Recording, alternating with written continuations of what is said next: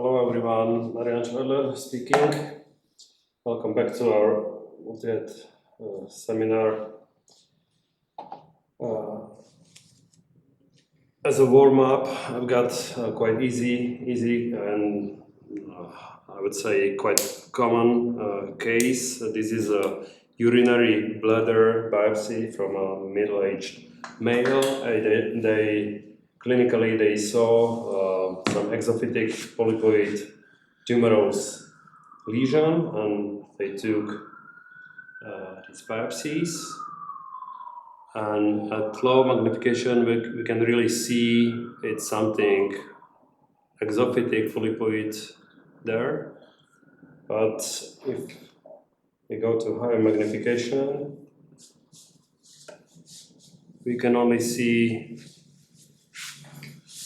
quite regular urothelium, so no real dysplasia or tumor there, but still they saw lesion, and the tissue fragments are polypoid and bulbous and edematous, and we can see these dilated vessels as well, and we can see some inflammatory component there with lymphoid follicles.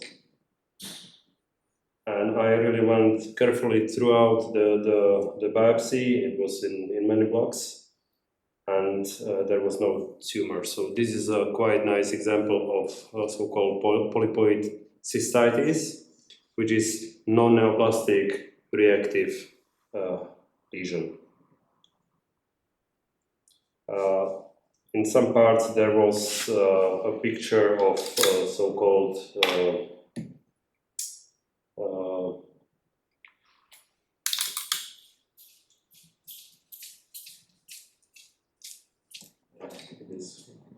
some glandular differentiation, and in some parts there was intestinal metaplasia present. So, but these were only small pieces. So the diagnosis is polypoid cystitis, non-tumorous lesion. The second case is a little bit more complicated, and it was sent in consultation. This is a case of still quite young lady, and she had multiple peritoneal lesions. So picture of carcinomatosis, and they took several biopsies from the peritoneum, and uterus with adnexa was taken out, and some other stuff. And yes, the lesion is here. So the fallopian tube looks quite nice. There is this fibrous tissue with these epithelioid cells, and they performed multiple immunostains and came with perfect differential diagnosis. I will show you some more. So some of these cells show this vascularization of the cytoplasm, and I believe some cytokeratins were positive, or if you perform cytokeratin staining, these lesions may show quite strong cytokeratin immunoexpression, but it's not epithelial tumor, because in addition to having cytokeratins, this lesion showed this is CD31 immunoexpression.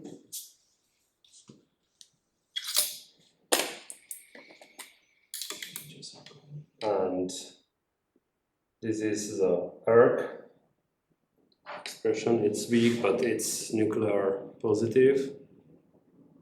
How was BAP? BAP was not performed, but it would be negative. This is D240 staining. Again, diffusely positive. And the differential diagnosis was Hemangioendothelioma. angiosarcoma. In my eyes, angiosarcoma, it's not that pleomorphic, not many mitotic figures, maybe none there. And the second differential is epithelioid hemangioendothelioma. So I have performed basically only 2 immunostains, from which one was this nicely positive, and this is CAMTA1 staining. So this is epithelioid hemangioendothelioma. So epithelioid hemangioendothelioma was in the past thought to be some kind of intermediate endothelial kind of lesion, but nowadays it's considered to be fully malignant lesion, although the prognosis is much better compared to traditional angiosarcoma still. So we have 2 types of genetic changes in epithelioid hemangioendothelioma. The most frequent rearrangement is involving CAMTA1 gene. For this rearrangement, we have this nicely working antibody, and a minority of cases, about 5 or 6% of cases, show TFE3 rearrangement. But these tumors have a little bit different morphology. They'll be a different entity in the new WHO. Yeah, it's probably something else. So the prognosis is a little bit different, and morphology is a little bit different from this classical epithelioid hemangioendothelioma type. So this is disseminated metastatic epithelioid hemangioendothelioma. So the most common sites of involvement are peripheral soft tissue, and frequently organs are involved, including the lungs or the liver are the most frequent. So at the peritoneum, it almost always represents like metastatic spread from some other origin. So my second case is epithelioid hemangioendothelioma. BAP would be positive then. BAP would be positive then. BAP1 will be positive, okay? So normal kind of type of staining. I've got my next cases are 3 or 4 are variations about the same. So this is a skin biopsy. It's a consult case. You can see this ulcerated skin lesion.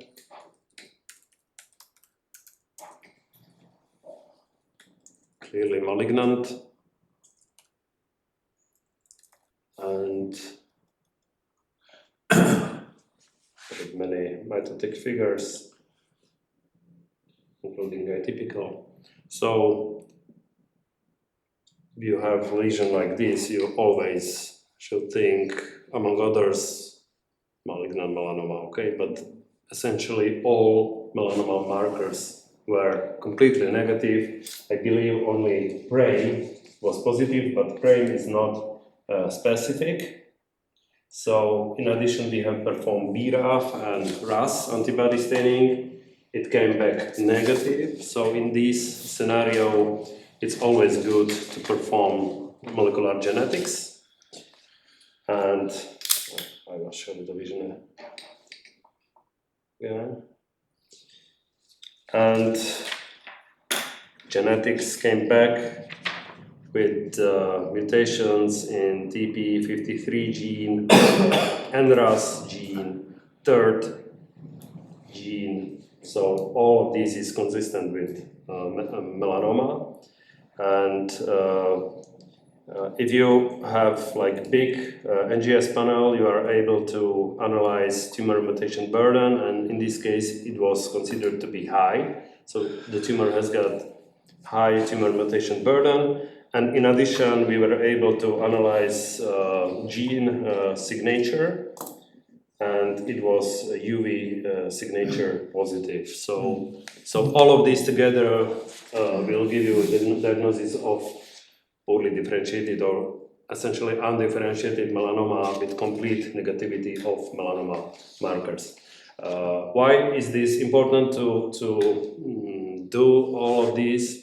Because you are not sure, and especially in a metastatic setting, if you see a lesion like this, you will end like with the diagnosis undifferentiated tumor, sarcoma, whatever, and the patient will die.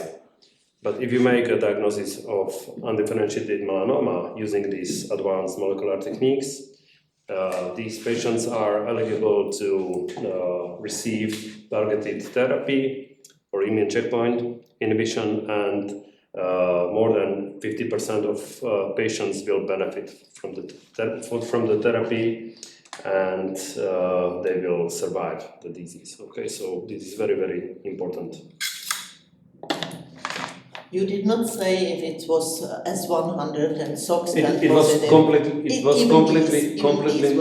negative Yeah, for just all. PRAME. For all, Only- yeah, just PRAME was Okay. positive. But in scenario like this, PRAME is like only like screening antibodies. If it's positive, it could be melanoma. Yeah. If it's negative, it probably is not melanoma, and you should go another pathway. Okay. Melanoma as well. Still might be melanoma. Yeah, of course. It's just on But it's not the probability is going down. So my next case, it's a little bit similar, and this is an older lady, and this is an excision from her pleura, and it was infiltrated by this very monotonous looking, let's say, small round blue cell tumor. But in this case, I believe I had some S100 and SOX10 positivity. BRAF was negative, RAS antibody was negative, so I advanced to molecular, and again in this case we had ATRX mutation and NF1 mutation. NF1 is one of the most frequently mutated genes in melanoma, and tumor mutation burden was low in this case, but still with NF1 mutation, this is consistent with the metastatic malignant melanoma.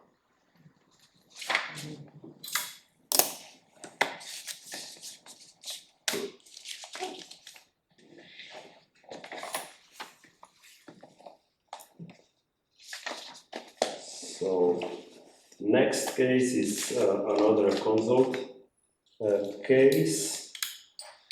And again, it's older lady, and it's a skin biopsy, but we don't see any skin here. It's just hemorrhagic tumorous mass. And again,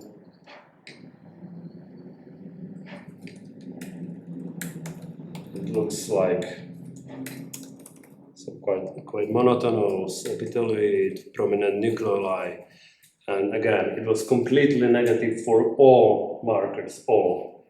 So they stayed for many markers. I have performed many immunos, including BRAF and NRAS stains, and everything is negative. So we may end with undifferentiated tumor NOS, but it's not helpful. So again, I have performed moleculars, and it came back with MITF gene mutation, NF1 mutation, NRAS mutation, third gene mutation. Tumor mutation burden in this case was high, and gene signature was UV associated. Again, it's an example of undifferentiated malignant melanoma, and this patient should receive immune checkpoint inhibition, and he's got pretty good chances to survive the disease. This is very important, what Marián said with the therapy. Whenever you cannot exclude melanoma, and when you have a high-grade malignant tumor you can classify, just go for melanoma, just test it. You have to be basically paranoid, because the therapeutic difference and the prognosis is completely different. So this is probably the biggest nightmare of pathologists nowadays, not to underdiagnose undifferentiated malignant melanoma, because Otherwise, as I said, the patient will die. Interesting was the paper about primary lung melanomas, and they found that actually all of them had ultraviolet signature, so that this so-called primary would be metastatic melanomas from unknown origin of the skin. And quite similar thing is, I think that there's a work in progress, and basically it's a review of older stuff. Primary cutaneous rhabdomyosarcomas, diagnosed as rhabdomyosarcomas, probably many of them, or probably most of them, are actually dedifferentiated or trans-differentiated malignant melanomas. So again, melanoma is a great mimicker, and nowadays we should be able to diagnose them because it matters for the patient. Trans-differentiated melanoma means that it expresses markers it shouldn't express, like desmin, MYOD1. So very often rhabdomyosarcomatous or chondrosarcomatous differentiation is present in these melanomas. They are negative for melanoma markers but positive for these weird markers, or even for cytokeratins. So whenever something doesn't fit, test for melanoma mutations and all these UV signatures and stuff like this. Okay, my next case is another consult case. It was sent as a tumor of os sacrum, so it's bone pathology, and the clinical guess was it's chordoma, and it's still young lady. So, and the biopsy looked like this. So it was not of very good quality, unfortunately, but we see highly pleomorphic sarcoma with many mitotic figures. And at the original department, they performed many immunostains. All of them were negative. I have performed some, everything was negative. And it does not look like chordoma, but I performed brachyury staining and it came back negative. So number one differential is melanoma again. I think it's something else, but again, that's why we have performed molecular testing again. And surprise, surprise, it came back with. Yeah, I don't have it here. With mutation in H3F3A histone gene with HRAS co-mutation. So any guess right now? So it's RAS gene mutated, but it shows in addition this H3F3A gene mutation. I will show you immunohistochemistry for that. Yeah, but I probably have lost the slide. No. Okay. So this is immuno. So this is H3F3A antibody. So this is malignant giant cell tumor of the bone. So it's intraossal lesion, young lady, sacral bone. It's an option for the tumor, although the long bones are more frequently affected, but sacral bone is a possibility, and yeah, there are not many giant cells there, but when looking back, there were some. Although the quality of the biopsy is very, very. But it essentially shows morphology of pleomorphic high-grade sarcoma.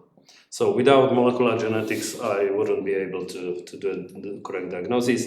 And again, does it matter?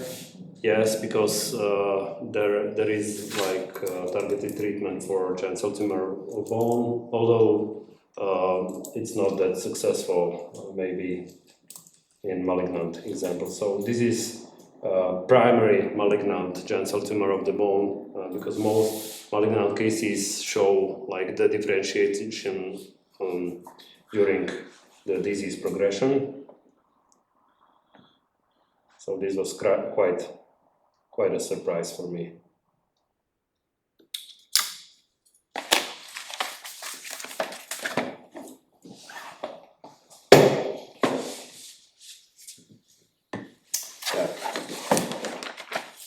Another quite nice biopsy. This is 24-year-old female, and it's excision from the second finger in the hand.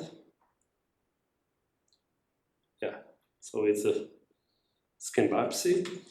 You can see quite unremarkable epidermis, maybe a little bit thickening and hyperkeratosis, but we are the finger, and the lesion is here.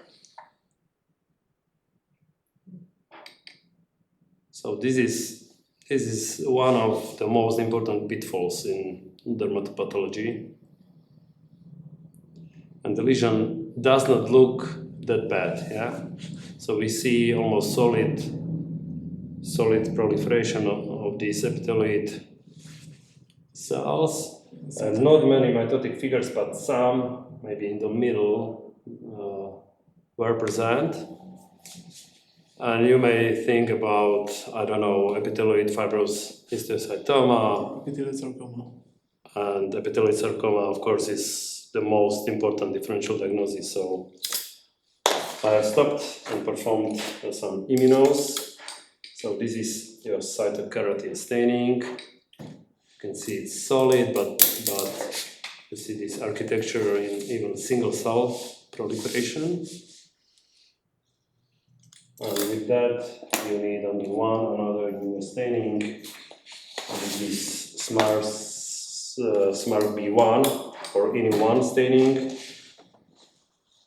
And the lesion was negative with internal positivity in the endothelial cells and some stromal cells. So this is epithelioid sarcoma, distal type or classical type. So the lesion looks quite innocuous in microscopy. Frequently is inflammatory, looks like granulation tissue. But if you miss it, you risk your career because the lesion is quite aggressive.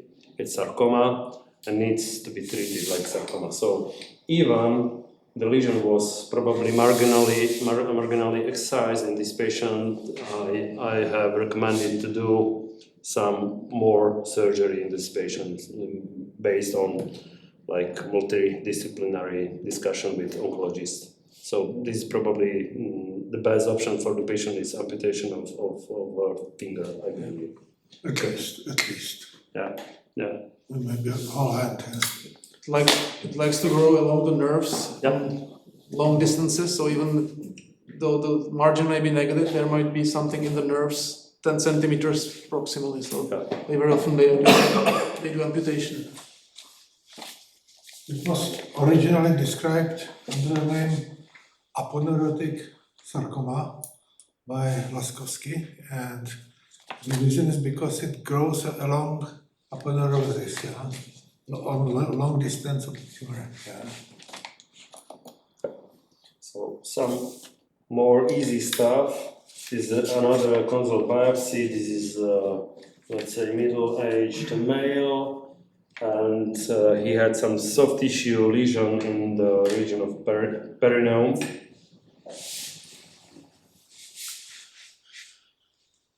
And it's fibromatous tumor, as you can see. And the case was sent with a question mark with a diagnosis of so-called atypical spindle cell lipoma, which is a diagnosis I don't like very much, and I have doubts about that whether it exists.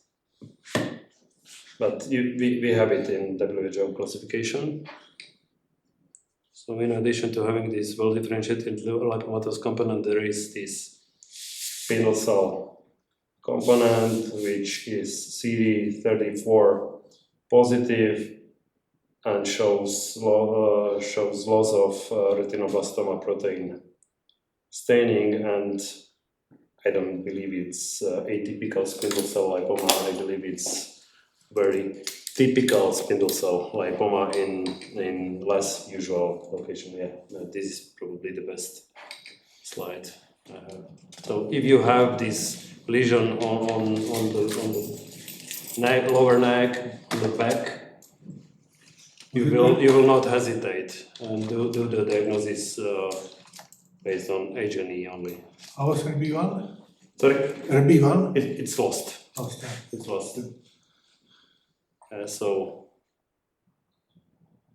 I believe it's very typical spindle cell lipoma. And another quite easy but sending consultation case. This is a patient with multiple bone lesion, maybe older patient, and they performed many immunostains, and they ended with a diagnosis of small round blue cell tumor. Infatsi2? Sorry? Is it Infatsi2? No.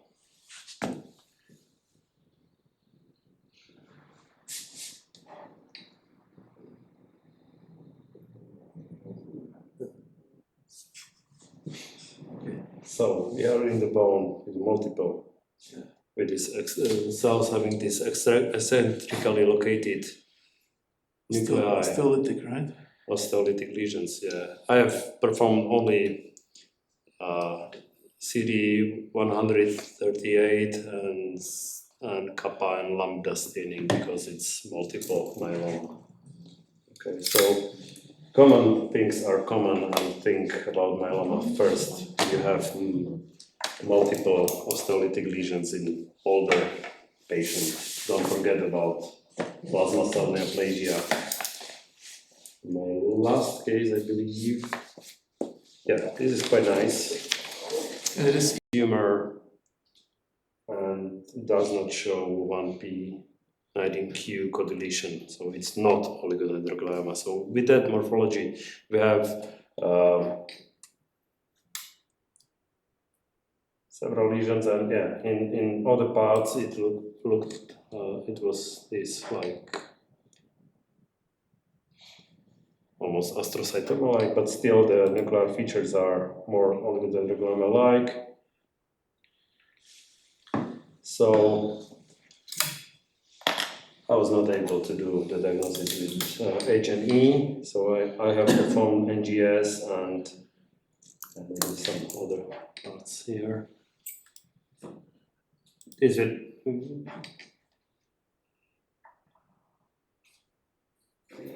This would be again good for astrocytoma or oligodendroglioma, but it's not.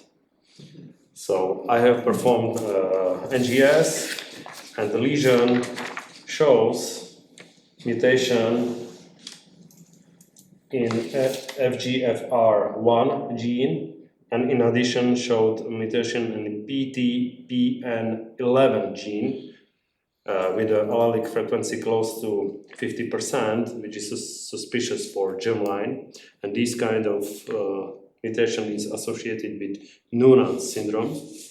Noonan syndrome is a genetic syndrome associated with mutations in MAPK pathway, and these people have are short. In fact are a little bit like Turner syndrome, like are short, have typical facies and some bone deformities and some organ involvement, including congenital heart disease and hypertrophic cardiomyopathy. So it's rasopathy. And in addition, this patient may have this tumor lesion, which is Dysembryoplastic neuroepithelial tumor, or DNET.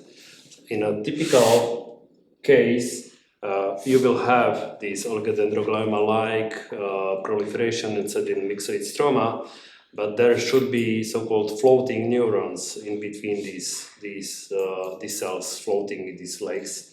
this case, I was not able to find these folding neurons. This is quite useful hint, but still the morphology is quite consistent with DNET. So it's WHO grade 1 tumor associated with chronic epilepsy. It's low grade, non-progressive tumor grade 1. So, and we probably diagnosed the syndrome as well. So that's on this side.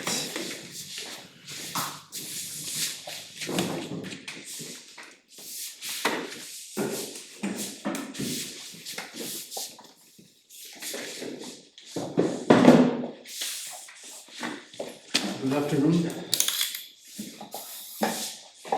Just 4 cases, but one of them is very complex. I'll start with the more straightforward. This is a 72-year-old lady with a tumor on her lower leg. And we have this superficial skin biopsy, infiltrated by what essentially is small round blue cell tumor. So the differential is quite broad. You can think about some even hematolymphoid lesions, of course, some melanoma, cutaneous small round cell sarcomas, but in this age group, you should first think of obviously of Merkel cell carcinoma, which is the primary neuroendocrine carcinoma of the skin. So in this case, it's good to start with cytokeratins and some broad differential, do some lymphoid markers to be sure. Maybe all lymphoid markers were negative, and these are cytokeratins AE1, AE3. Looks a little bit dirty. You can wonder whether this is some positivity. The Merkel cell carcinomas are very often just dot-like positive with cytokeratins, especially with cytokeratins 20. And I don't know if this can be considered as positivity. It's not very persuasive. Here it's more, looks like a dirt basically. Probably negative. Cytokeratins 20 shown here look the same.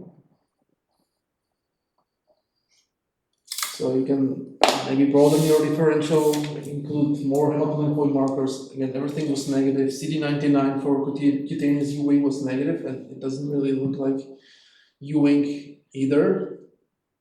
But then also neuroendocrine markers were done. This is synaptophysin, so which is positive, moderate intensity, let's say. Problem with synaptophysin is that it's not very specific, so this expression by itself doesn't mean it's necessarily neuroendocrine. But we also had INSM1 somewhere, if I will be able to find it. And INSM1 was weakly positive or moderately positive in the nuclei, so consider this maybe weak focal positivity, so not very persuasive either. And then, of course, for Merkel cell carcinoma, there is a marker, Merkel cell polyomavirus, which is shown here, and it shows diffuse nuclear positivity. Very nice new marker is SETB2, which is positive. SETB2 is shown here. There's diffuse strong nuclear positivity as well. Quicker than me. Yeah, so I think this is just some weird Merkel cell carcinoma with no expression of cytokeratins. I have no other explanation. Of course, you could pursue molecular confirmation of the Merkel cell polyomavirus, but the immuno here is just so positive, and the context makes sense that I call it most consistent with Merkel cell carcinoma.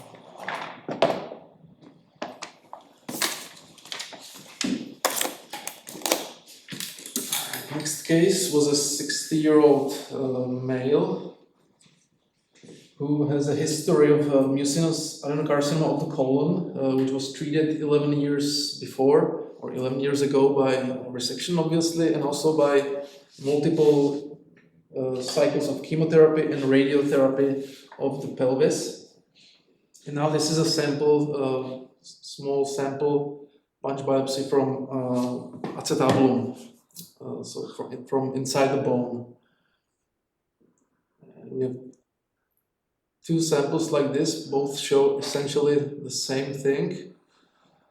So in a patient with this history, you should of course first think about carcinoma, but this could be some sarcomatoid carcinoma theoretically, but the colon cancer doesn't very often or very rarely does transform into sarcomatoid carcinomas.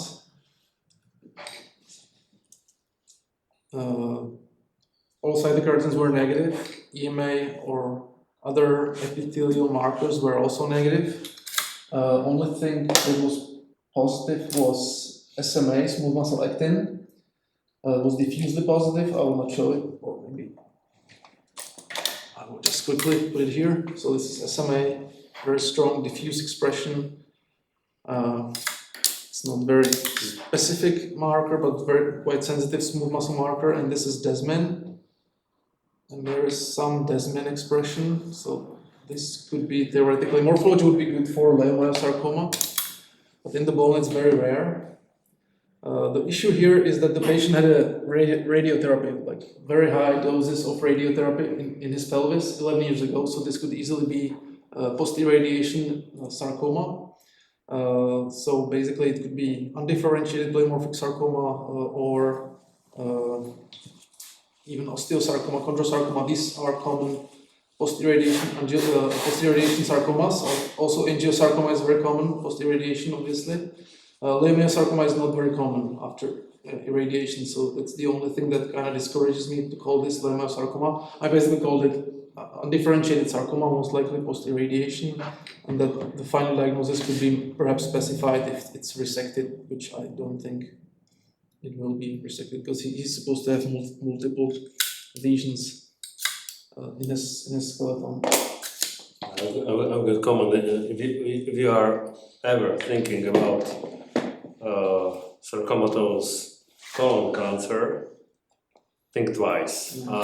In my career, and it's 20 years, I have never made a diagnosis of sarcomatous colorectal cancer, and I have reviewed several cases called as sarcomatous colon cancer, and it showed to be something else. In one case, it was a metastatic sarcomatous pulmonary carcinoma with ALK rearrangement. So if you make wrong diagnosis, they treat patient quite differently, and patient will miss opportunity to have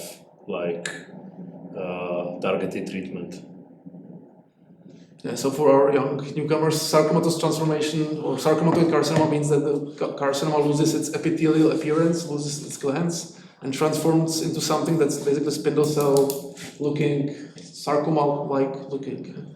So colon cancer does that extremely rarely. This is the next case, very interesting one for me, 64-year-old gentleman with a tumor on his shoulder, the skin invading into the muscle. So you see quite well circumscribed tumor, deeply situated. So this is indeed invading into skeletal muscle here. And there is a rim of lymphoid tissue, so you can think about, consider whether this is maybe metastasis to some lymph node, but on the shoulder. I don't know if there are any lymph nodes actually. And inside, in the center, there's something that looks, again, very cellular. And even on this low power, quite pleomorphic.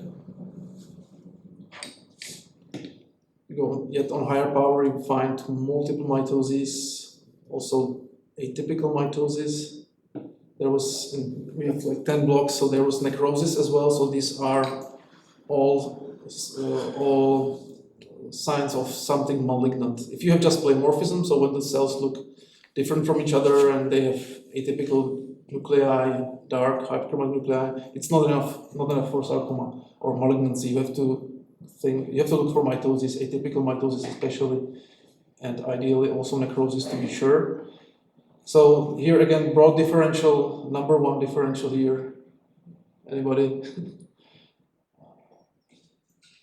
What would be the number one in the skin? Old gentleman, something malignant looking, kind of epithelioid rhabdoid cells. It's melanoma. Definitely melanoma is by far number one. Of course, you can think of some metastatic carcinoma, undifferentiated carcinoma. Also, we will do cytokeratins here. Hematolymphoid neoplasm, quite unlikely. You can do some basic heme path markers. The problem is that, again, everything was negative here. S1 SOX10, HMD45 was negative, cytokeratins were negative. So we did molecular testing, and I expected to find melanoma-associated mutations, but there were not, at least not the classical ones. There was a TP53 mutation, RB1 mutation. There was low tumor mutational burden, no UV signature. And interestingly, there was also MSH6 mutation, and they found high microsatellite instability, which is obviously associated with mutations in the MMR complex. And this is MSH6 immunohistochemistry. And really, you see very nice loss in the tumor cells with retained expression in the lymphoid tissue. Which is also interesting. There's a lot of lymphoid infiltration in this lesion, not only at the periphery but also throughout the tumor.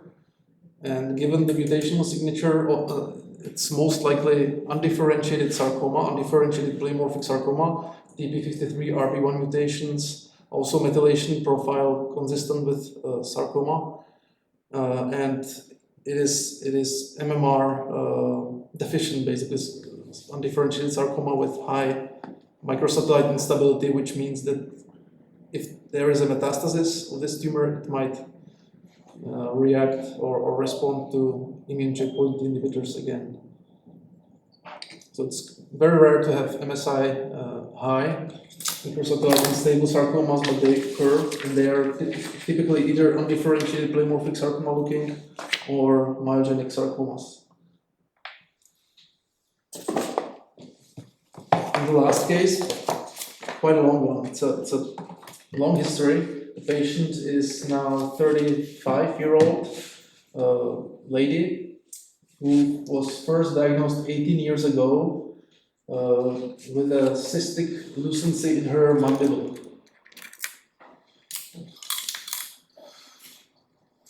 It's probably the most interesting case I've seen this year. It's very, very complicated. I spent like 2-3 working days on it. And this is the first biopsy from 2007 from the mandible. And you see this disorganized, a little bit like woven bone, which was a bit more predominant in this first sample, and some giant cell proliferation here, or giant cell reaction. And in the background, you see the monomorphic proliferation of uninuclear cells, which is the most important there. So this was diagnosed as fibrous dysplasia, which is quite understandable. The morphology is not perfect, but okay for it. The H is good, and the radiologists, they suggested fibrous dysplasia, so it's very, very important piece of the puzzle. In bone pathology, the radiology is the key. So she was okay for 3 years, then they did another biopsy because the lesion recurred, and this is how it looked like in 2010.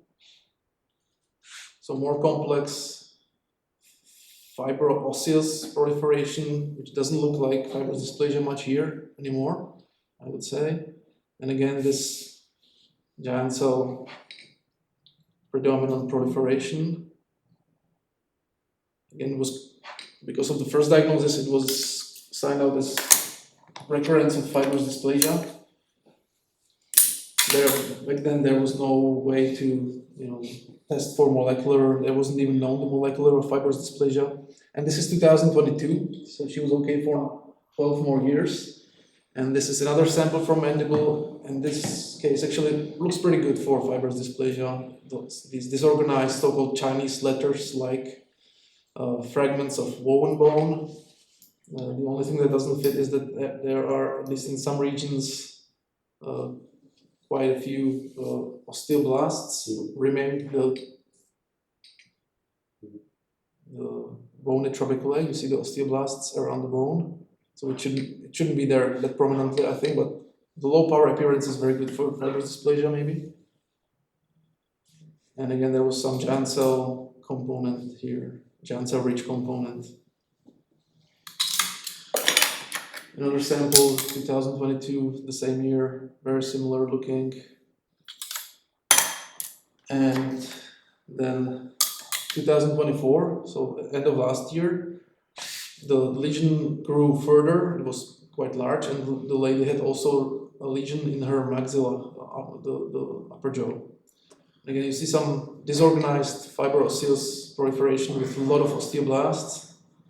And again, this giant cell reaction, but the background still, see this monomorphic small cells. There is some mitotic activity, but no atypical mitosis, no necrosis, nothing.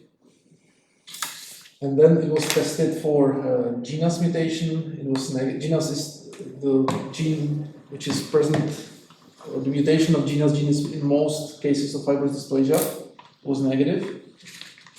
And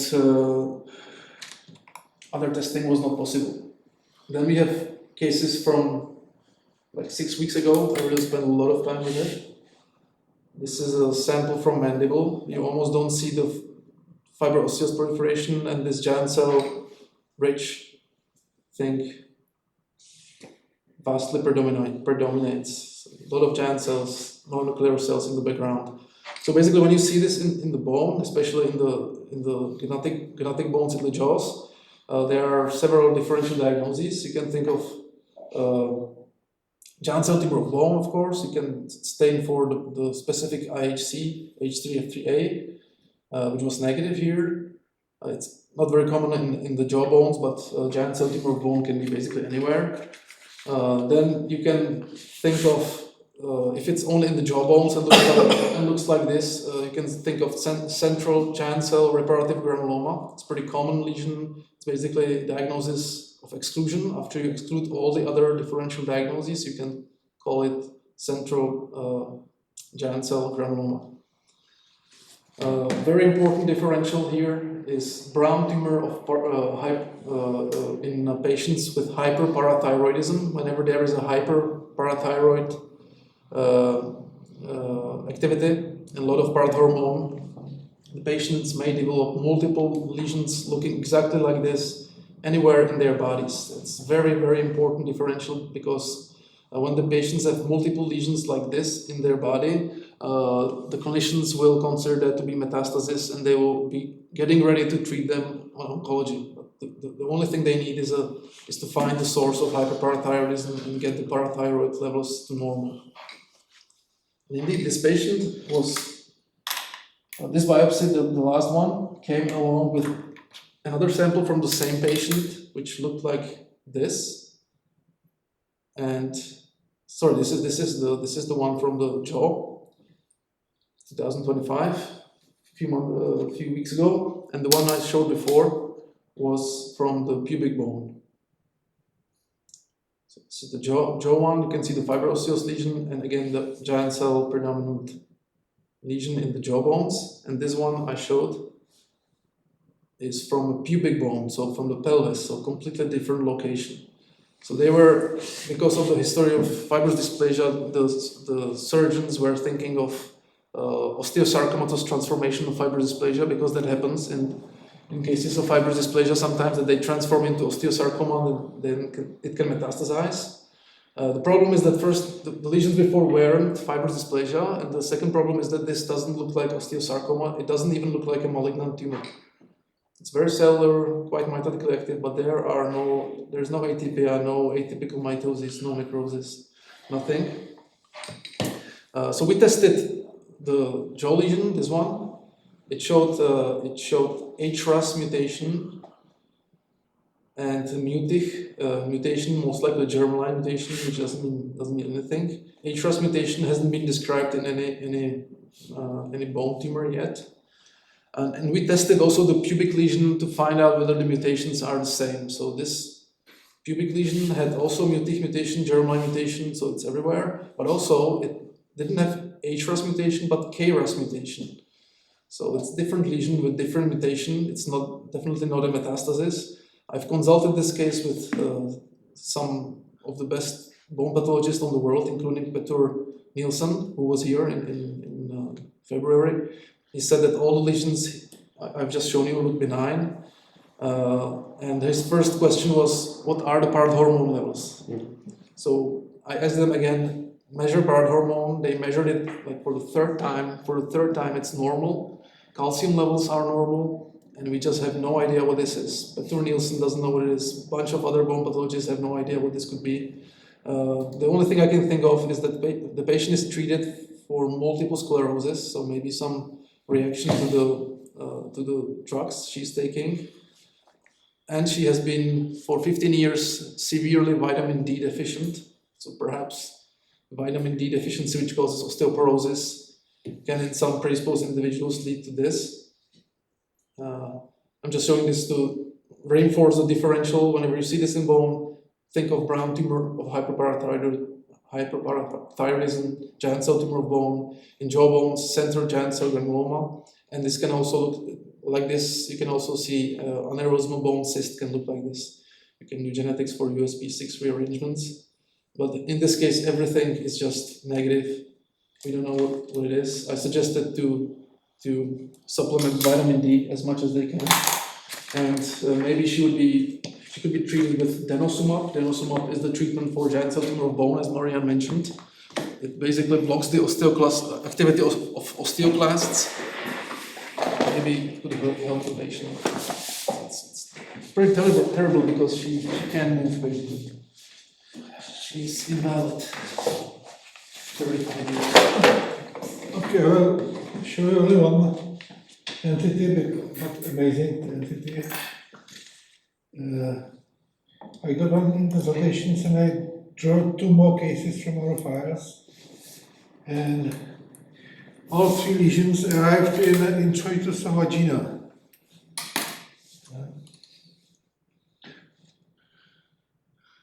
You see, usually in most of the cases it's spindle cell tumor. Can be very cellular. It has adenomatous differentiation, but mostly it's not very prominent thing. Another component are pairs of squamous cell differentiation.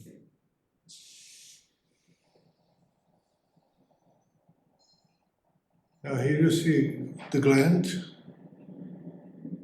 very nicely seen, yeah.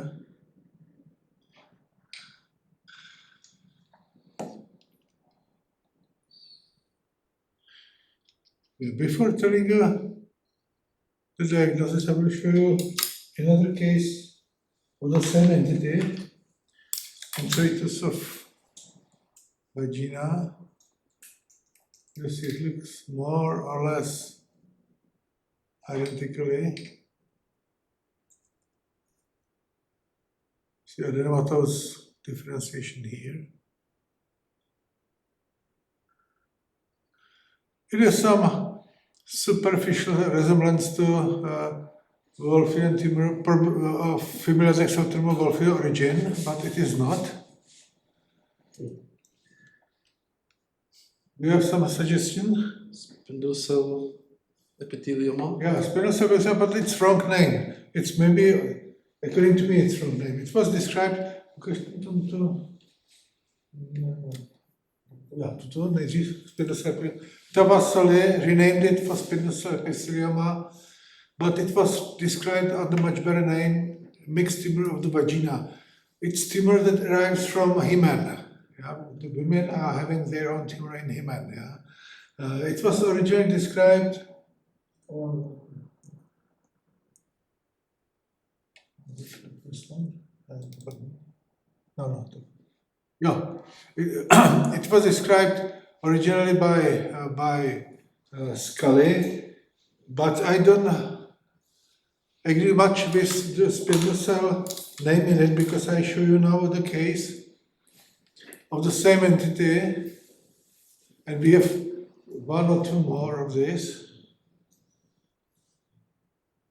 That is not composed of spindle cells, but it's all composed of epithelioid hobnail cells, yeah. It's not spindle cell lesion at all. And still it's that. It's perfectly benign lesion, and you should not confuse it with malignant lesions, especially the tumor of probable origin. And you should not confuse it with mixed tumor of the skin because it's nothing to see. Do you see the epithelioid quality of the lesion here?